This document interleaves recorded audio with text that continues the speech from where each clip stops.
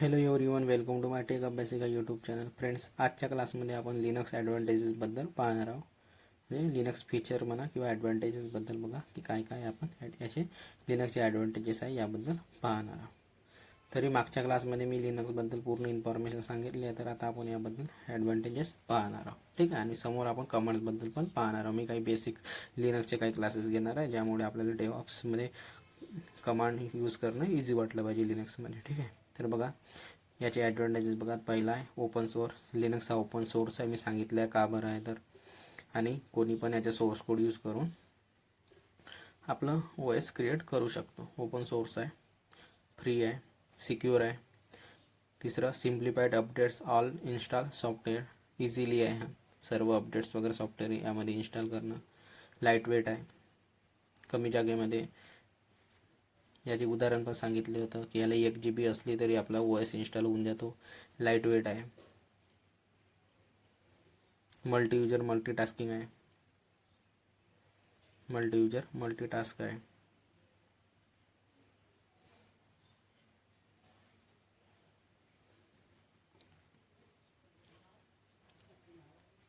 Multiple डिस्ट्रीब्युशन्स. यामध्ये वेगवेगळ्या प्रकारचे डिस्ट्रीब्युशन आहे, जसं की रेड हॅट आहे, डेबियन आहे, फेडोरा आहे. या गोष्टी मी आपल्याला सांगितलेल्या आहे की कशा पद्धतीने आपण आपल्यानुसार ओ एसला यूज करू शकतो. आपल्याला वाटते तर रेड हॅटचे पण आर एच एलला पण यूज करू शकतो. ओ एस यूज करून इन्स्टॉल करून डेबियनला पण यूज करू शकतो. फेडोरा बेस्ड डिस्ट्रीब्युशनमध्ये रेड हॅट येतो. आता याचे ॲडव्हान्टेजेस काय याबद्दल पण पाहणार. तर पहा, यामध्ये मी सांगत आहे आपल्याला की कशा पद्धतीने याचे ॲडव्हान्टेजेस आहेत. तर बघा, मी सांगून दिलं आहे. ओपन सोर्स आहे, कोड याचे ऑलरेडी अवेलेबल आहे. आपण पण याच्या कोडचे यूज करून आपले ओ एस क्रिएट करता येतो. ह्या गोष्टी पण मला येतात ओ एस क्रिएट करता. समोर सांगणार जेव्हा ह्यावेळी मला वाटलं की ज्या दिवशी मला अपलोड करायचा व्हिडिओ त्या दिवशी मी करून देणार. ठीक आहे. सिक्युअर आहे. ह्या गोष्टी आपल्याला आता समज नसणार. रेड हॅट, डेबियन, फेडोरा आपण यूज करू शकतो. ठीक आहे.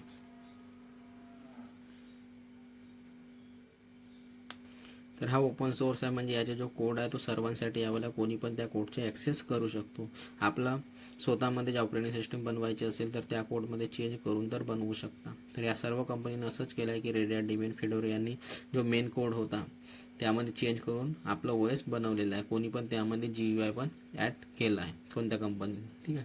ओपन सोर्स म्हणजे कोडची जी गोष्ट करणार, ज्यामध्ये कोडमध्ये लिहिलं गेलं आहे ते ऑपरेटिंग सिस्टम हा पूर्णपणे फ्री आहे. आता एक गोष्ट सांगतो, इवन जो अँड्रॉइड आहे तो लिनक्समध्येच लिहिलेला आहे. अँड्रॉइडचा जो बॅकग्राऊंड आहे तो लिनक्स कर्नलचं आहे. दुसरा सिक्युअर आहे.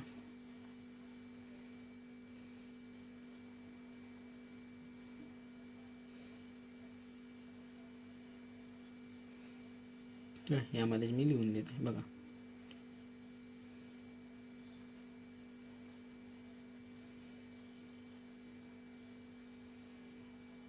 अँड्रॉइडचा जो बॅकग्राऊंड आहे तो लिनक्स कर्नलमध्येच लिहिलेला आहे.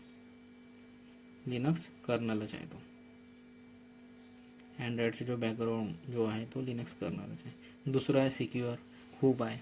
या गोष्ट खूप जागी ऐकलं असेल की लिनक्स खूप सिक्युअर आहे. विंडोज हॅक होऊन जातो, हॅकर अटॅक करतात, व्हायरस खूप लवकर येऊन जातात विंडोजमध्ये, परंतु लिनक्समध्ये कधी व्हायरस येत नाही. आणि काही रिझन आहे याच्यामुळे. मी आपल्याला सांगतो की 2-3 रिझन आहे. विंडोजमध्ये जो व्हायरस होतो तेव्हा पूर्ण सिस्टमवर पसरून जातो. फोल्डर ड्राईव्हमध्ये पण पूर्ण पसरून जातो. पूर्ण विंडोजला करप्ट करून घेतो. 4-6 वर्षात आपल्याला जो विंडोज आहे तो स्लो होऊन जातो, डाऊन होऊन जातो. परंतु लिनक्स जो आहे तर यामध्ये असं नाही आहे. लिनक्स जो आहे तो जो व्हायरस आहे तो कोणी लिनक्समध्ये अटॅक करतो तर पहिली गोष्ट याच्यावर व्हायरस अटॅक होत नाही. आणि जनरली खूप इझी नाही आहे, कारण की मी सांगितलं यासाठी खूप कमांड लक्षात ठेवावं लागतात. आणि कोणी अटॅक केलं तर लिनक्सच्या केसमध्ये जो फोल्डरमध्ये आला आहे तो फक्त फोल्डरमध्येच राहतो, पूर्ण ऑपरेटिंग सिस्टम किंवा पूर्ण मशीनमध्ये पसरत नाही. लिनक्समध्ये जो व्हायरस येणार तो ज्या फोल्डरवर अटॅक करणार तो व्हायरस त्याच फोल्डरमध्ये राहणार, तो इकडे तिकडे पसरणार नाही. आणि लिनक्समध्ये अटॅक करणं एवढं काही इझी नाही आहे. यामध्ये खूप साऱ्या कमांड पण लक्षात ठेवावं लागतं ना. अटॅक केला तर त्यामधून त्याला बाहेर पण निघावं लागेल, नाहीतर त्याचे नाव पूर्ण ट्रेस होऊन जाणार. विंडोजमध्ये एवढं काही आहे नाही, डायरेक्ट त्यांनी एखादी व्हायरस पेनड्राईव्हमध्ये पण टाकून दिलं तरी OS पूर्ण करप्ट होऊन जातो. परंतु आपण लिनक्समध्ये एखादी पेनड्राईव्ह हे केलं तरी व्हायरस जाणार नाही, कारण की त्या गोष्टी त्यांना समजतच नाही. एक प्रकार कोडिंग असते तर खूप सिक्युअर आहे.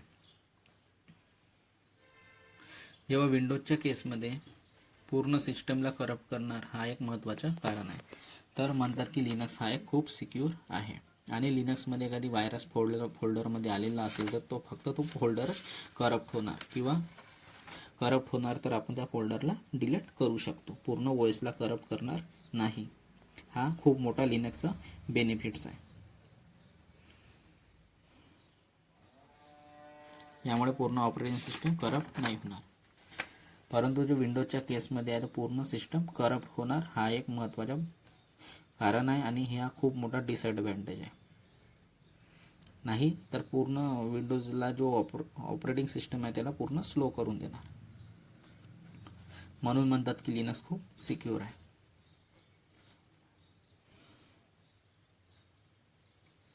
आता विंडोजमधून जो व्हायरस हटवायचा आहे, रिमूव्ह करायचा आहे, त्यासाठी त्यामध्ये अँटीव्हायरस लागतो आणि हा एक वेगळा खर्च आहे अँटीव्हायरसचा.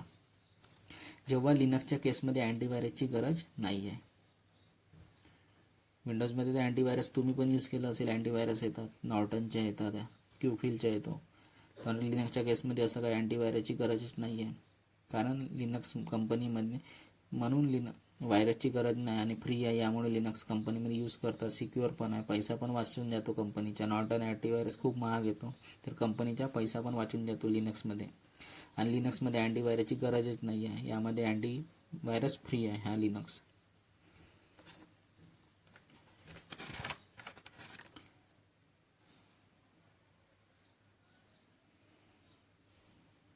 नॉर्टन अँटीव्हायरस वगैरे पाहिले असेल तुम्ही किती. आपलं PCसाठीच आपण स्वतःचा जो स्वतंत्र आपण PC यूज करतो स्वतःसाठी, तर बघा त्यामध्ये आपण अँटीव्हायरस वगैरे मारतो खूप, कारण क्यूकिल आपण यूज करतो किंवा NP नेट प्रोटेक्टरचा यूज करतो. तर पहा व्हायरसेस किती आपल्यासाठी महाग येतात. परंतु लिनक्समध्ये असं काही नाही की अँटीव्हायरस यूजच नाही करत आपण. अँटीव्हायरस फ्री आहे हा. आणि ज्यामध्ये व्हायरस आहे तर काय करावं लागणार, लिनक्सच्या केसमध्ये व्हायरस येत आहे तर त्या फाईलला डिलीट करून घ्या आणि त्या जागी दुसरी फाईलला कॉपी पेस्ट करून घेणार. तर हे गोष्टी पॉसिबल आहे. त्यामुळे आपला जो व्हायरस आहे तो रिमूव्ह होऊन जाणार विंडोजच्या केसमध्ये. परंतु विंडोजच्या केसमध्ये असं नाही आहे. विंडोजच्या केसमध्ये अँटीव्हायरसपासून पण व्हायरस नाही निघाला तर लास्ट ऑप्शन असतो की आपल्याला विंडोज पुन्हा इन्स्टॉल करावं लागणार. पण काय कंपनीमध्ये हे पॉसिबल आहे?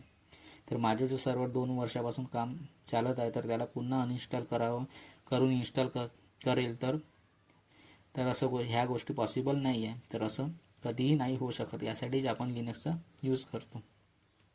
कारण कोणाच्या याच्यात व्हायरस गेले आणि कोणता जो एम्प्लॉई आहे त्याच्या याच्यामध्ये व्हायरस गेला आणि त्याला आता पुन्हा इन्स्टॉल करायचे, तर ह्या गोष्टी पॉसिबल नाही आहे. कारण की पैसा लागलो राहतो आणि तो सिस्टम फेल झाला तर दुसरं आणखी त्या कंपनीचं काम पण थांबून जाणार. तर अशा वेळेस पुन्हा इन्स्टॉल करणं ह्या गोष्टी पॉसिबल नाही आहे विंडोजमध्ये. यासाठीच लिनक्सचा यूज केला जातो, कारण ते सिक्युअर आहे आणि यामध्ये अशा प्रकारचे इश्यू नाही आहे. कोणत्या फाईलमध्ये आहे तर फाईलला पण डिलीट करून घ्या, व्हायरस गायब होऊन जातो लिनक्सच्या केसमध्ये. आणि याचा सर्वात मोठा जो रिझन आहे तो आहे सिक्युअर खूप आहे लिनक्स. आणि स्टार्टिंगला खूप लोकांना लिनक्स समजत नाही. खूप दिवस लागतो लिनक्स समजायला. मलाच खूप दिवस लागले लिनक्स समजायला.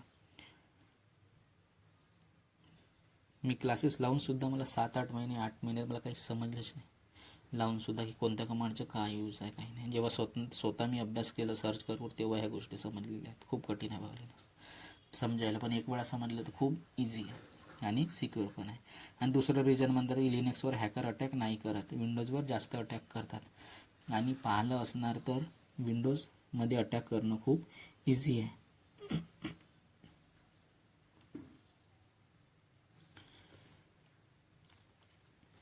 ज्या पद्धतीने विंडोज शिकणं आपल्यासाठी खूप इझी आहे, कारण की चित्र दिसतात आणि आपण जे पहिली स्टार्टिंग केली ती विंडोजपासून केलेली आहे, त्यामुळे आपल्याला विंडोज खूप इझी वाटतो. आणि हॅकरसाठी पण विंडोज शिकणं खूप इझी आहे. आणि विंडोजला क्रॅक करणं, याला पेनिट्रेट करणं तेवढंच इझी आहे. बघा आपण तुम्ही थर्ड पार्टी सॉफ्टवेअरने विंडोजला ॲक्टिवेट करतात किती इझिली होऊन जातो. हा एक एक्झाम्पल आपण घेऊ शकतो की त्या विंडोजला आपण थर्ड पार्टी टूलने ॲक्टिवेट करून घेतो विदाऊट लायसन घेतल्याने. ह्या गोष्टी पण यामध्ये पॉसिबल आहे. परंतु लिनक्समध्ये कमांड एवढ्या साऱ्या आहेत की लिनक्सला समजायला हॅकरला पण त्रासदायक आहे. यामुळे हॅकर लिनक्सवर अटॅक नाही करत आणि लिनक्सला हॅक करणं त्यासाठी पण खूप मोठा टास्क आहे.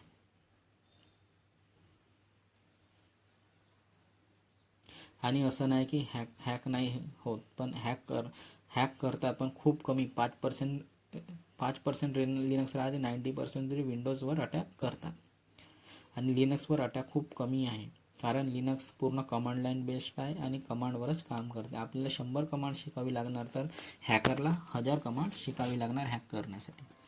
कारण की अटॅक केलं तर त्याला तर त्यामुळे निघावं पण लागणार ना. त्याची नेटवर्क ट्रेस होणार, त्याची IP ट्रेस होणार, कुठून तो ॲक्सेस करता ह्या गोष्टी पण त्यामध्ये असणार ना. त्या गोष्टी पण त्याला रिमूव्ह कराव्या लागणार. त्यासाठी आपल्याला जेव्हा 100 कमांड लक्षात ठेवावं लागणार, त्याला पण 1000 कमांड लक्षात ठेवावं लागणार. यासाठी पण हार्ड टास्क आहे, त्याच्यासाठी पण हार्ड टास्क आहे. तर ते जनरली लिनक्सला नाही छेडछाड करत, ते विंडोजवर अटॅक करतात. कारण विंडोजवर अटॅक करणं इझी आहे. ह्या काही गोष्टी आहेत ज्यामुळे लिनक्स खूप सिक्युअर आहे. तिसरी गोष्ट, ठीक आहे, आणि विंडोजवर अटॅक करणं खूप इझी आहे आणि लिनक्स खूप सिक्युअर आहे. आता यामध्ये तिसरी गोष्ट आहे. बघा, यामध्ये सॉफ्टवेअरला अपडेट करणं खूप इझी आहे लिनक्समध्ये, कारण की कमांडच चालवावे लागतात. आता ह्या समोर गोष्टी मी सांगणार तुम्हाला कसे सॉफ्टवेअर वगैरे इन्स्टॉल करतात, अपडेट करतात. तर सॉफ्टवेअरला अपडेट करणं खूप इझी आहे. एक कमांड आहे yum अपडेट आणि पॅकेजचे नाव लिहिणार तर अपडेट होऊन जाणार. यानंतर सॉफ्टवेअरचे नाव लिहिणार. तर जसं जावाचे मला सॉफ्टवेअर इन्स्टॉल करायचे आहे तर मी लिहिणार yum अपडेट किंवा DNF अपडेट आणि जावा. तर यामुळे तो पॅकेज अपडेट होऊन जाणार. आणि इन्स्टॉल करायचे असेल तर yum इन्स्टॉल आणि पॅकेजचं नाव लिहिणार तर पॅकेज इन्स्टॉल होऊन जाणार. ह्या गोष्टी खूप इझी आहे कमांडने आणि लाईट वेट आहे. याचे मिनिंग आहे की जो OSचे साईज आहेत, फाईलचा जो साईज आहे तो खूप छोटा आहे, तो कमी स्पेस घेतो. म्हणजे तो रॅम कंजप्शन पण खूप कमी घेतो. तुम्ही पाहिलं असेल मोबाईलमध्ये रॅम तर 8 GB आली आहे, पण जे फ्री राहते ते 4 GB आहे. बाकी 4 GB OS यूज करत आहे ॲप वगैरे.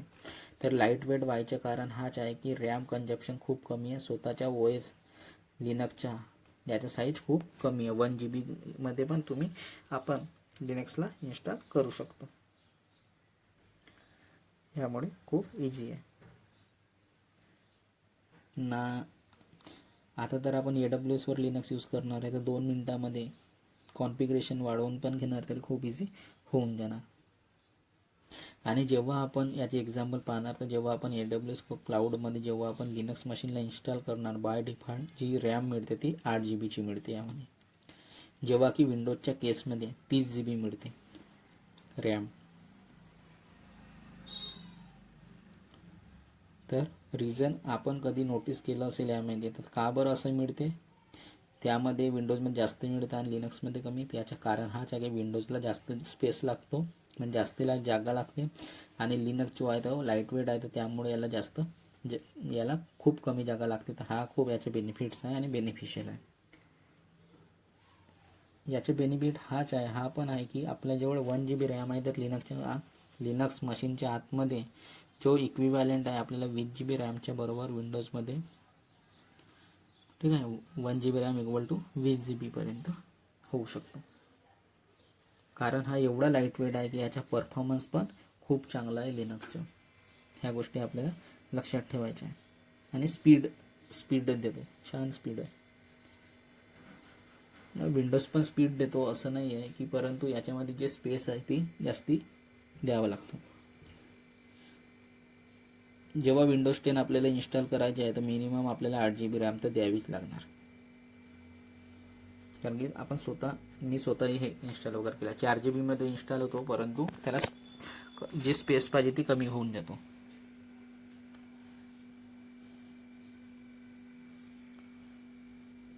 तर बघा याचे बेनिफिट्स पण सांगत आहे. बेनिफिट्स याच्या आहे की 1 GB जे रॅम आहे ते 20 GB बरोबर होऊन जाते, त्याच्या इक्विव्हॅलंट आहे. तर केसमध्ये आपल्या इथे 20 GB देणार, तर हा सुपर कॉम्प्युटरसारखा काम करणार. ठीक आहे. विंडोजमध्ये 20 GB द्यावं लागणार. लिनक्स लाईट वेट आहे. तर या केसमध्ये याला इथे 20 GB देणार विंडोजला, तर सुपर कॉम्प्युटरसारखं काम कर. लिनक्सला देणार सुपर कॉम्प्युटरसारखं काम करेल, म्हणजे फास्ट चालणार, म्हणजे खूप सारे युजर यावर काम करू शकतात. हा एवढा लाईट वेट आहे लिनक्स. याच्या 1 GB 1 GB तर विंडोजच्या 20 GB बरोबर परफॉर्मन्स देतो.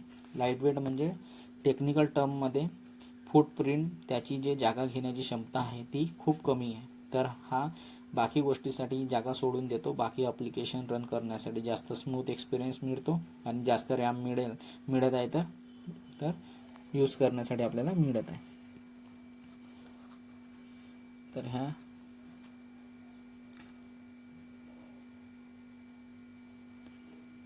आपल्याला जेवढी रॅम मिळेल तेवढी यामध्ये फास्ट मिळेल.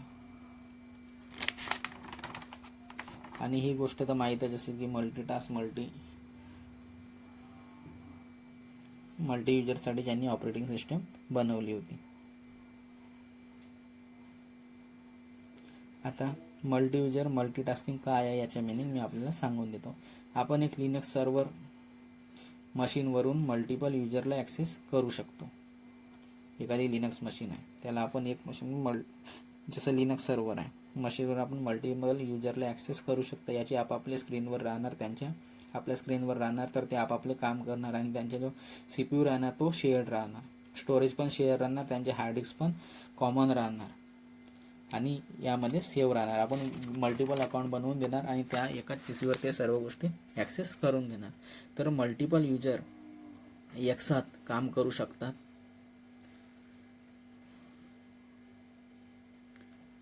म्हणून कंपनीमध्ये 50 एम्प्लॉई एक सर्व्हरमधून आपापले काम करू शकतात आणि कोणाच्या परफॉर्मन्समध्ये काही फरक नाही पडणार, कारण की सर्व अकाउंट त्यांचे बनवून दिले आहे त्या एकाच PCमध्ये आणि ते आपापल्या अकाउंटमध्ये युजर पासवर्ड देऊन लॉग इन करून आपल्या अकाउंटला ॲक्सेस करून आपापले काम करू शकतात.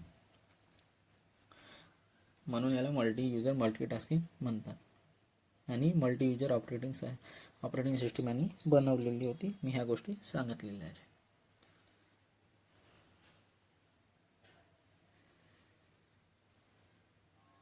आणि एक गोष्ट विंडोजच्या केसमध्ये पण पॉसिबल आहे, परंतु विंडोजमध्ये काही लिमिटेशन राहते. विंडोजमध्ये पण आपण मल्टिपल युजरला क्रिएट करून त्यांना युजरने पासवर्ड देऊन ते पण काम करू शकतात, परंतु यामध्ये काही लिमिटेशन राहते. एवढेच युजर काम करू शकतात. लिनक्समध्ये लिमिटेशन नाही राहत. आपण n number of users connect करू शकता. ठीक आहे, पण यामध्ये काही लिमिटेशन राहते. लास्ट आहे मल्टिपल डिस्ट्रीब्युशन.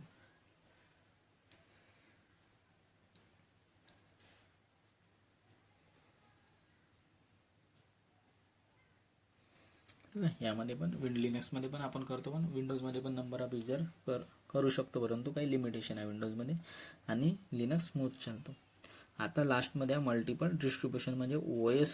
यामध्ये ऑप्शन्स ऑपरेटिंग सिस्टममध्ये खूप सारे ऑप्शन आहे. विंडोजच्या केसमध्ये एकच आहे विंडोज.